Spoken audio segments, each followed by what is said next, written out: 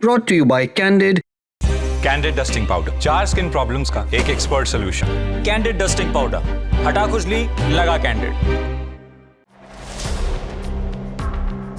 3 मई की शाम राजस्थान के सीकर में एक टीचर के हाथ एक ऐसा कागज लगा जिसने लाखों स्टूडेंट्स के भरोसे पर सवाल खड़े कर दिए। ये कागज था हाथ से लिखा हुआ एक गेस्ट पेपर, जिसे टीचर के मकान मालिक ने देते हुए बड़े ही सामान्य तरीके से कहा, जरा देखिए ये असली है क्या।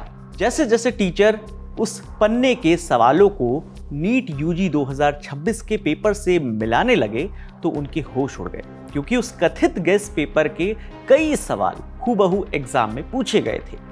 शक गहराया, मामला पुलिस तक पहुंचा।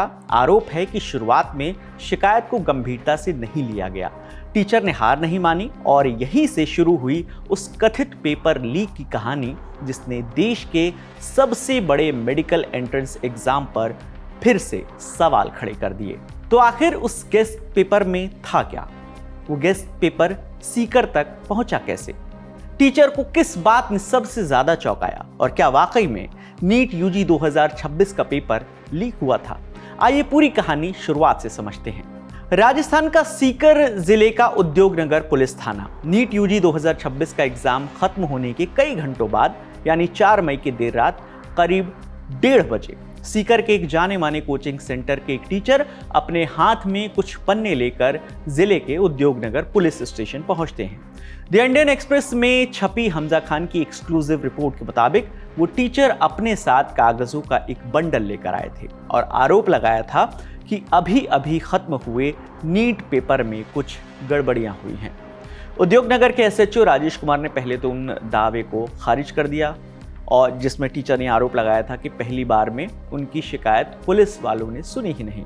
फिर एसएचओ राजेश कुमार ने कहा कि जिस स्टेशन में मौजूद स्टाफ ने उनकी बात सुनी और उन्हें एक पूरा कागज देकर कहा कि वो अपनी शिकायत लिख कर दें, लेकिन वो वहां से चले गए थे।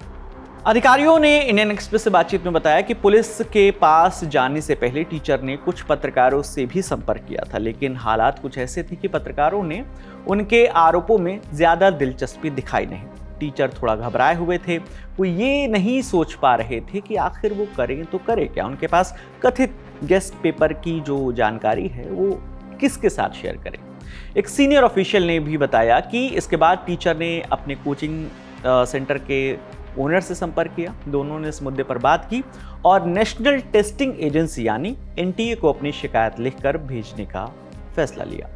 7 मई की रात करीब 9:30 बजे उन्होंने आखिरकार अपनी शिकायत एनटीए को ईमेल के जरिए भेज दी। अपनी शिकायत में टीचर ने लिखा कि मैं फॉरेंसिक जांच के लिए अपना मोबाइल जमा करने को भी तैयार हूं और मेरे पास पूरे सबूत हैं। ये लगभग 60 पन्नों की एक पीडीएफ फाइल है। ये हाथ से लिखा हुआ एक डॉक्यूमेंट लगता है जिसमें केमिस्ट्री के 90 सवाल और बायोलॉजी के 7-8 पन्ने के सवाल हैं, ऐसा पता चलता है। टीचर ने अपनी शिकायत में एनटीए से यह आग्रह किया है कि मामले की जांच किसी इंडिपेंडेंट एजेंसी के जरिए कराई जानी चाहिए।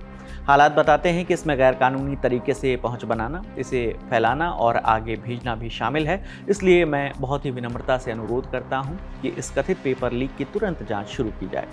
अब फिलहाल अपडेट यह है कि शुरुआती जांच के बाद टीचर को अभी किसी भी आरोप से बरी कर दिया गया है, क्योंकि जो गेस्ट पेपर है उन पर कोई आरोप नहीं लगाया गया है।